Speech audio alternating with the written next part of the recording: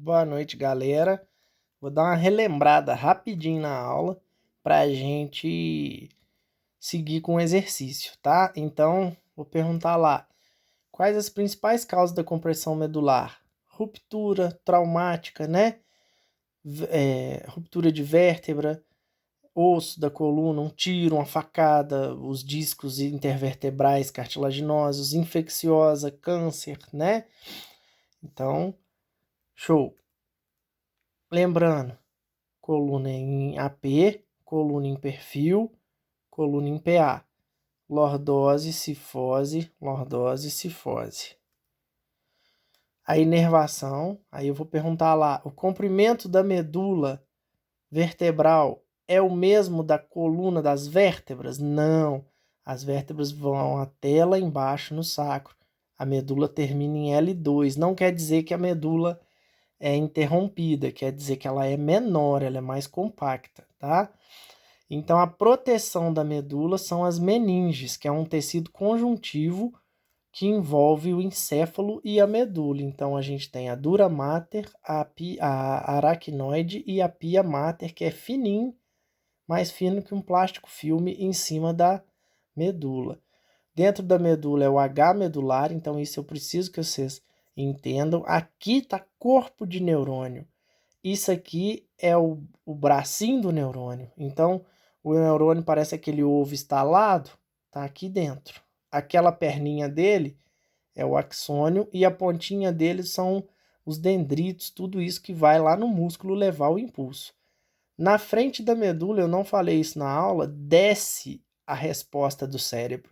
Atrás da medula sobe a sensação. Então, por trás a gente tem aferência, pela frente a gente tem eferência, que é onde, por exemplo, você pôs o dedo numa chapa quente, o seu dedo vai queimar e vai falar lá no cérebro, subindo aqui por trás. Mongol, tá queimando. Pela frente vai descer a resposta muscular, tira o dedo daí. Obviamente isso em milissegundos, ok? Então, essa é uma vértebra com a disposição da medula ali dentro. Então, quando a gente fala hérnia de disco, aqui em cima vem um disco. Se esse disco vazar, ele espreme a medula que está aqui ou as raízes. Essa raiz está indo para a direita, essa raiz está indo para a esquerda. Então, eu falei isso com vocês. Se for na região cervical, comprimiu aqui e está irradiando lá no braço, a gente fala cervicobraquialgia, que é uma dor cervical que irradia para os membros superiores. Se for na região lombar, lombociatalgia, que vai pinçar o nervo e irradiar pelo ciático, que vai passar aquela dor lá na perna, que vai atrás até da panturrilha, podendo chegar até no pé, ok?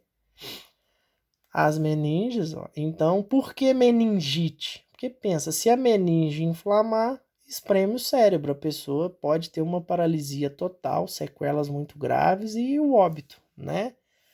De novo, lá no meio do H, substância cinzenta, onde tem corpos de neurônios. Ah, professor, sofreu uma lesão, meu amigo sofreu uma lesão no pescoço, então ele não vai mexer dali para baixo, vai ficar tetraplégico, do pescoço para baixo. Da lombar para baixo, vai ficar paraplégico. Da metade da medula, ou seja, aqueles derrames que paralisam o cérebro, aí cruza e o outro lado não funciona, hemiplégico, ok? De novo a representação, olha lá. A gente tem então 8 pares de nervos cervicais para 7 vértebras. Por que isso? Porque um par de nervo cervical sai por cima da vértebra, então no final dá C8, olha lá. E a gente tem só 7 vértebras cervicais. Depois iguala. Torácicas são 12, iguais às vértebras, lombar são 5, sacrais 5, coxígeas mais 4. Ok? Total de 34 pares de nervos para 33 vértebras. Mais externa é a dura mater, formada de tecido conjuntivo, a gente já viu isso, função de proteção, né? Entre a meninge dura mater e o canal da vértebra, ou seja, então da dura mater, que é a externa, que protege a medula, até o canal da vértebra tem um espaço chamado epidural. Sim ou não? Que é um espaço extra a parte da dura mater. O médico anestesia a gente com aquela hack. Quando ele anestesia com a hack, ele vem aqui em L2, ó, espeta a agulha e joga o líquido ali, o anestésico. Então, dali para baixo, você vai ficar sem sentir por algumas horas necessárias para fazer uma cirurgia, por exemplo, nos membros inferiores. Dali para cima, eles já usam a geral, porque não tem muito como paralisar só uma parte com a cirurgia mais alta. Então, você já toma geral. Aí, seguimos com isso aí, ó, 42 a 45 centímetros, lembrando que a medula é menor do que as vértebras, então, olha lá, medula terminou em L2, as vértebras vão lá embaixo na sacral, soltando um parzinho de raiz para cada lado. Medula não percorre todo o comprimento da coluna vertebral, verdadeiro. Vou dar isso, tá? Num teste, numa prova. Na região cervical, a gente tem o plexo, né? Uma intumescência cervical. Plexo braquial. E aqui, plexo lombar, que são os nervos interligados que vão comandar pernas e braços. Então, a medula é mais gordinha nessa região. Da lombar é mais magra. Por quê? Porque o movimento da perna é mais grosseiro do que o movimento da cervical. Ok? Cervical, você precisa de mais massa de neurônios ali para comandar os movimentos finos dos dedos, né? Mais uma vez falando isso, uma secção da medula está cortada. O H medular, aqui na frente tem neurônio motor, lá atrás tem neurônio sensitivo. Então, corno posterior, né? Corno anterior, essa parte anatômica da medula depois eu falo, corno lateral. Então, quando você queima o dedo, sobe pelo azul, vai lá no cérebro, o cérebro entende que está queimando e manda a resposta pela frente. Tira o dedo daí, ô doido.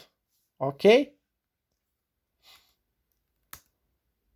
Causas da compressão, a gente falou. Agora eu vou na lesão, nos tipos de lesão, que eu falei isso muito na aula. Então, ó, os déficits motores piramidais, ou seja, de origem central de primeiro neurônio. Quem é primeiro neurônio? É o corpo do neurônio que está dentro da medula até L2 e vindo lá do cérebro. Então, se você sofrer um derrame, você tem síndrome de primeiro neurônio. Hipertonia, espasticidade, hiperreflexia, profunda perda dos reflexos, a mão vai ficar dura, certo? Então, se você sofrer um trauma na medula até L2, você vai parar de andar, mas você vai ficar com a perna dura. Você não vai ficar com a perna flácida, ok? E se você sofrer um trauma para baixo de L2, você vai ficar com a perna flácida. Sim? Então, vou pular aqui, depois eu volto ali, ó. Sinais de danos nos neurônios motores inferiores, segundo neurônio, fraqueza, atrofia muscular, flacidez. Seria o contrário. Então, quando a pessoa tem a perna molenga, o trauma foi para baixo de L2. Da mesma forma, se você cortar um nervo do braço, é neurônio motor inferior, segundo neurônio. Então, tem chance de costurar também e o dedo vai ficar flácido. A parte que era inervada por essa raiz vai ficar flácida. Vamos voltar lá. Tá? Então, eu vou voltar lá em cima na medula para a gente entender. Então, ó, lesão na medula ou no cérebro, primeiro neurônio. Espasticidade, hipertonia, hiperreflexia. Lesão na raiz, segundo neurônio, que a gente fala periférica. Periferia não é longe do centro? Aqui é o centro. Então, primeiro neurônio, lesão central. Segundo neurônio, lesão periférica. Beleza? Só que, quando você sofre um trauma de primeiro neurônio, um AVC, por exemplo, você tem uma fase de blackout. Porque, olha lá, ó, quando você sofre uma síndrome de primeiro neurônio, primeiro ocorre uma fase de choque. É como se o cérebro te desligasse para você ver de onde você consegue voltar. Então, no início, mesmo sendo síndrome de primeiro neurônio, pode durar até 6 meses, você vai ter uma fase de blackout. Geralmente dura menos, mas você vai ficar flácido. Mesmo a lesão sendo no primeiro neurônio, não sendo no segundo. Você vai ter sintomas de segundo no início. Com maior frequência que ocorre isso são os AVCs, ok? Que é uma síndrome da cápsula interna, né, que vai afetar a parte do córtex. Então, o cérebro primeiro paralisa para depois enrijecer e vir aquele problema com a mãozinha, né, aquela coisa que eu já mostrei para vocês. E aí, para fechar, para eu dar o exercício, os tipos de compressão do segundo neurônio. Neuropraxia, a lesão lá do Edon, que é sem danos traumáticos, mas deixou dormir em cima do braço dele, aí vai ficar de 2 a 3 dias com uma paralisia temporária, uma perda de sensibilidade. Trabalhou, usou tesourinha, cortou, o dedão pode ficar dormente por alguns dias, né? Depois volta. Você só comprimiu o nervo sem lesão. Axonotimese, estiramento interno do axônio. Ele não partiu, mas ele estirou por dentro. Então vai durar de 2 a 3 meses, tá? A bainha de mielina é a capa externa do axônio, que é ela que conduz o impulso, ela que ajuda na condução do impulso. Então ela continuando, você vai ter um problema no nervo, mas ele sara sozinho. Já a neurotimese é uma laceração total ou rompimento total do axônio no sentido transversal.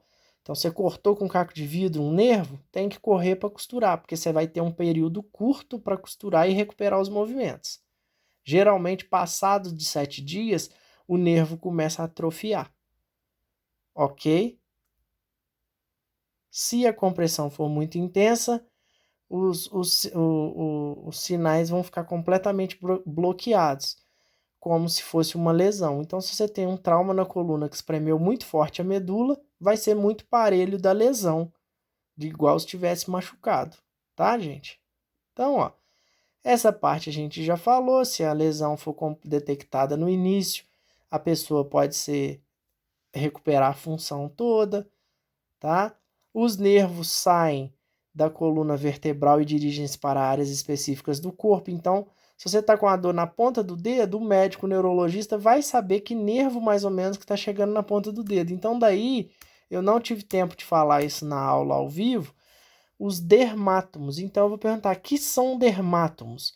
São áreas da pele inervadas por uma raiz específica, ou seja, essa parte da mão aqui, a gente sabe qual nervo que chega aqui. Mais ou menos aqui, ó, você vai ter nervo radial, esses 3 dedos aqui, nervo mediano, pegando essa parte medial aqui e uma parte aqui, nervo mediano, e nervo ulnar, essa parte lateral e o dedinho.